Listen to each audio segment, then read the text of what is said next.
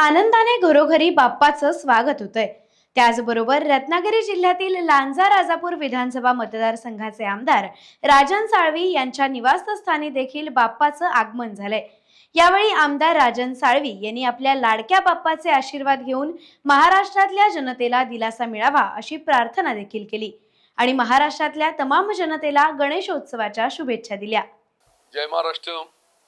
कोकणामधला महत्त्वाचा सण म्हणजे गणपती उत्सव आणि या उत्सवाकरता आमचे चाकरमानी मंडळी मोठ्या संख्येने येत असतात आणि आज या ठिकाणी गणरायाचं आगमन संपूर्ण कोकणामध्ये महाराष्ट्रामध्ये झालं। पण त्या अनुषंगाने माझ्या निवासस्थानी या ठिकाणी गणरायाचं आगमन झालं। आम्ही पूजा अर्चा झाली, गणरायासाठी प्रार्थना केली की आमच्या असलेल्या संपूर्ण महाराष्ट्रातल्या देशातल्या जनतेला, कष्टकरी मंडळींना, सर्व मंडळींना चांगल्या तऱ्हेचं आयुष्य आरोग्य लाभो आणि भविष्यातल्या कालखंडामध्ये चांगल्या तऱ्हेचं सुख संपत्ती आरोग्य लाभो अशी प्रार्थना नम्रपणे केलेली आहे। 2 महिन्यामध्ये निवडणुका तोंडावरती येऊ घातलेल्या आहेत, अशा वेळेला गणरायाकडे काय मागणं असेल? लोकसभेच्या निवडणुका पार पडल्या। ह्या लोकसभा निवडणुकीमध्ये महाराष्ट्रामध्ये परिवर्तन झालेलं आहे। 48 जागांपैकी 31 ठिकाणी महाविकास आघाडीचे उमेदवार निवडून आलेले खासदार म्हणून आहेत।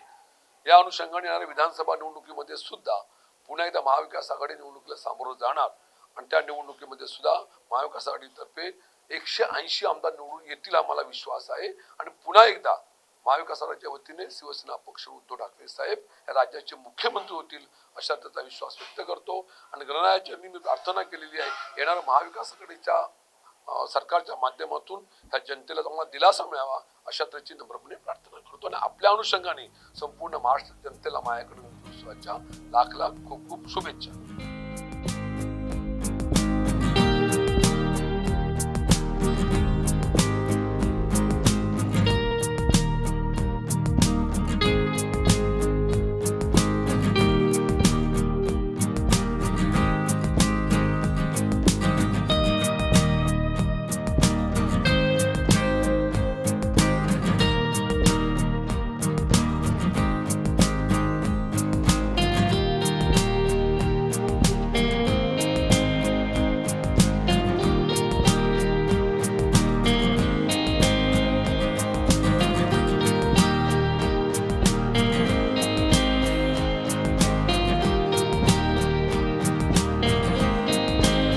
टाइम्स डिजिटलला लाईक करा, शेअर करा, सबस्क्राईब करा आणि बेल आयकॉन दाबायला विसरू नका।